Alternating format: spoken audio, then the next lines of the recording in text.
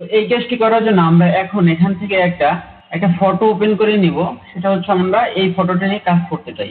আমাদের ফটোটা এখানে চলে আসছে। এরপর আপনারা এখানে যেটা লিখবেন সেটা আপনাদের এখানে টাইপ করতে হবে। তো সেটা টাইপ করার জন্য এখানে যে টাইপ টুলসটা আছে আপনারা এটার উপরে ক্লিক করবেন। এটার উপরে ক্লিক করে দেওয়ার পর আপনার পিকচারের উপরে একটা ক্লিক করে দিবেন। তারপর আপনি যেটা লিখবেন সেটা এখানে টাইপ করবেন। তো আমরা আমাদের চ্যানেলের নামটা এখন এখানে লিখবো, শিখবো-J। দেখেন আমরা এখান থেকে আমাদের চ্যানেলের নামটা লিখলাম এবং পুরোটা সিলেক্ট করে আমরা এখান থেকে হোয়াইট কালার করে নিব। এখান থেকে দেখেন আমরা একটা হোয়াইট কালার সিলেক্ট করে দিচ্ছি। আমাদের কালারটা কিন্তু হোয়াইট হয়ে গেছে। এখান থেকে টিক চিহ্নটা দিয়ে দেবেন, তাহলে এইভাবে শো করবে। তো এরপর আমরা যে টাইপ টুলটা নিয়েছিলাম, তো এখান থেকে আমরা উপরে যে মুভ টুল আছে এটার উপরে ক্লিক করে আমাদের মুভ টুলটা সিলেক্ট করে নিব। তারপর আপনাদেরকে যেটা করতে হবে সেটা হচ্ছে আপনার কিবোর্ডের কন্ট্রোল প্রেস করে ধরে রেখে এখানে যে টাইপ লেয়ারের যে টিটা আছে এইটার উপরে ক্লিক করতে হবে। তো আমি আপনাদেরকে আবার বলতেছি, কিবোর্ডের কন্ট্রোল প্রেস করে ধরে রেখে এখানে একটা ক্লিক করে দিলাম।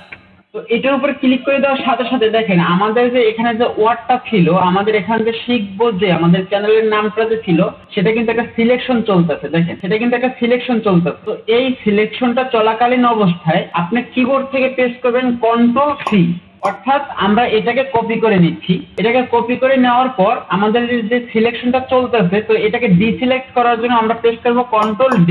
তাহলে দেখেন আমাদের এখানে যে সিলেকশনটা চলছিল সেটা কিন্তু চলে গেল। তারপর এখান থেকে আমরা লেয়ার থেকে টাইপ লেয়ারটাকে এখন এখান থেকে হাইড করে দেব। তো হাইড করে দেওয়ার জন্য এখানে যে চোখের আইকনটা আছে এটার উপরে ক্লিক করবেন, তাহলে দেখবেন যে এটা হাইড হয়ে যাবে। দেখেন এটা কিন্তু হাইড হয়ে যাচ্ছে। আমরা এখন এটাকে হাইড করে দিলাম। তারপর আমরা নতুন একটা লেয়ার নেব। এখান থেকে লেয়ার নেওয়ার জন্য এখানে যে নিউ লেয়ার আইকন আছে সেটার উপর একটা ক্লিক করবেন। সেটার উপর ক্লিক করলে দেখবেন যে আপনাদের এখানে একটা লেয়ার চলে আসবে। আমাদের কিন্তু এখানে একটা লেয়ার চলে আসলো। তো এই লেয়ারটা সিলেক্ট থাকা অবস্থায় আপনারা চলে যাবেন এখান থেকে ফিল্টার, উপরে যে ফিল্টার মেনুটা পাবেন এটার উপরে চলে যাবেন। তারপর এখান থেকে চলে যাবেন ভেনিশ পয়েন্ট।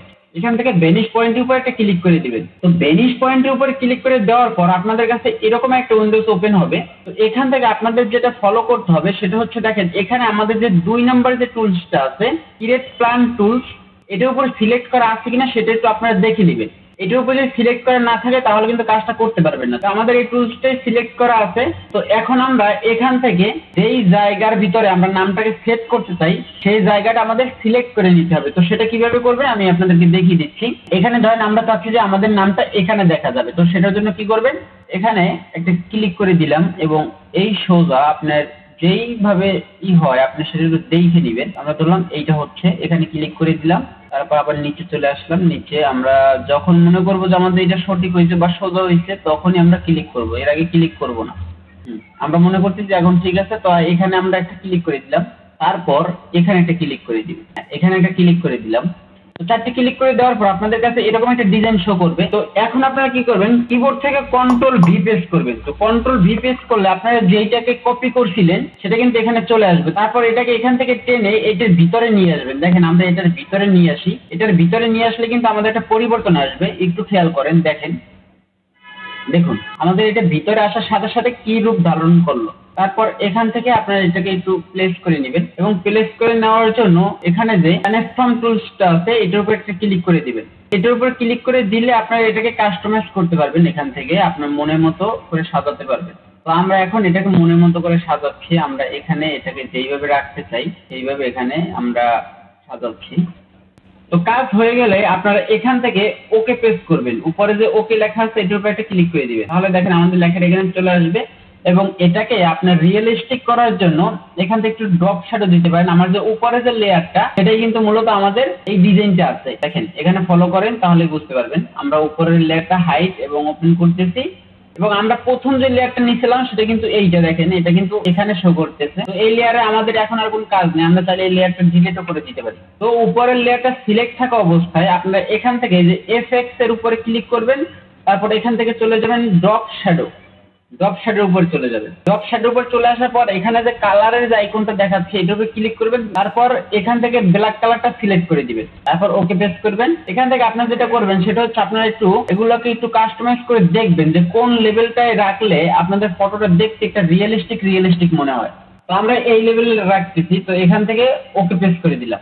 দেখেন বন্ধুরা আমাদের এখন এখানে যদি আপনারা দেখেন তাহলে মনে হবে যে আসলে এই লেখাটা এই দেয়ালের উপরেই ছিল। তো আপনাদের রিহার্সালের জন্য বা আপনাদের প্র্যাকটিসের জন্য আমি সেম কাজটা আবার একবার করে দেখাচ্ছি। এবার আমি আপনাদেরকে এত সুন্দরভাবে বুঝিয়ে বলবো না, এবার আমি শুধু কাজগুলো করে যাবো, আপনারা শুধু দেখবেন, তাতে আপনার একবার রিহার্সাল হবে। এতে আপনি যখন নিজে নিজে কাজটা করতে যাবেন তখন ভালো একটা আউটপুট আসবে। তো এটা করার জন্য আমরা সর্বপ্রথম এখান থেকে আবার একটা টাইপ টুল নিয়ে নিলাম এবং এখানে একটা কিছু লিখবো। তো এখানে একটা কিছু লিখলাম, লেখার পরে আমরা এখান থেকে মুভ টুলটাকে ক্লিক করে দিলাম। তারপর এখান থেকে কন্ট্রোল প্রেস করে এই আইকনটার উপর একটা ক্লিক করে দিলাম। তারপর সিলেকশনটা চলা অবস্থা আমরা কন্ট্রোল সি প্রেস করলাম, তারপর প্রেস করলাম কন্ট্রোল ডি। তারপর এই লেয়ারটাকে হাইড করে দিলাম বা এই লেয়ারটাকে ডিলিট করে দিলাম, এই লেয়ারে আমাদের কোনো কাজ নেই। তারপর এখান থেকে নতুন একটা লেয়ার নিলাম, নেওয়ার পরে সেই লেয়ারটা উপরে সিলেক্ট থাকা অবস্থায় আমরা চলে গেলাম ফিল্টার এবং চলে গেলাম ভ্যানিশ পয়েন্ট। তারপর এখান থেকে কিন্তু আপনাদের এরকমের উইন্ডোজটা দেখাবে, যেহেতু আমরা এই ফটোটার উপরে এর আগে একটা কাজ করছি সেজন্য এটা শো করতেছে। তো আমরা এখন নতুন ভাবে যেহেতু করতেছি, তো আমরা সেটা অন্য জায়গায় করব। তো সেটা করার জন্য আমাদের এখান থেকে প্যানেল টুলসটাকে সিলেক্ট করে তারপর আমরা এখানে চলে আসবো। আমরা যেখানে সিলেকশনটা করতেছি আমরা সেখানে চলে আসবো। দেখেন আমরা এখানে মূলত দিতে চাচ্ছি।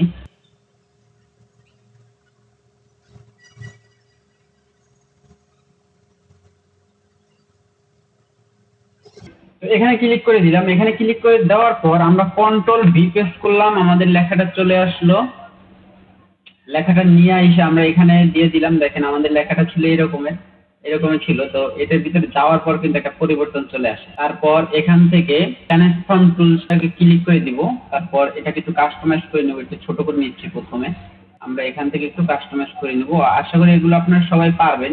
আমাদের ডিফল্ট ভাবে যেরকম ছিল আমরা সেরকম এটা রাখতে চাচ্ছি। তারপর এখান থেকে ওকে পেস্ট করে দিবেন। তো দেখেন বন্ধুরা, এটা কিন্তু এখানে একদম রিয়েলিস্টিক ভাবে বসে গেল। তো এখন এটাকে যদি আপনি সেম এখানে যে ড্রপ শ্যাডোটা দিয়েছিলেন, এই যে শিখবো-J এই যে ভিতরে যে ড্রপ শ্যাডোটা দিয়েছিলেন, তো সেটা যদি এই লেয়ারে দিতে চান তাহলে সেটা কিভাবে করবেন? এই লেয়ারের উপর রাইট ক্লিক করবেন এবং এখান থেকে কপি লেয়ার স্টাইল এটার উপর একটা ক্লিক করে দিবেন। তারপর উপরের লেয়ারটার উপরে রাইট ক্লিক করবেন এবং এখান থেকে পেস্ট লেয়ার স্টাইল দিবেন। তাহলে দেখেন এখানে কিন্তু আমাদের ড্রপ শ্যাডোটা চলে আসবে। তো বন্ধুরা, ভিডিওটা যদি আপনাদের সামান্য পরিমাণে উপকার আসে, যদি মনে করেন যে আপনি সামান্য পরিমাণে কিছু শিখতে পারতেন, তাহলে অবশ্যই কিন্তু চ্যানেলটাকে সাবস্ক্রাইব করে দেওয়ার অনুরোধ রইল। দেখা হবে আবার কোনো নতুন ভিডিওতে নতুন কোনো ইনফরমেশন নিয়ে। সে পর্যন্ত সকলে ভালো থাকেন, সুস্থ থাকেন। আল্লাহ হাফেজ।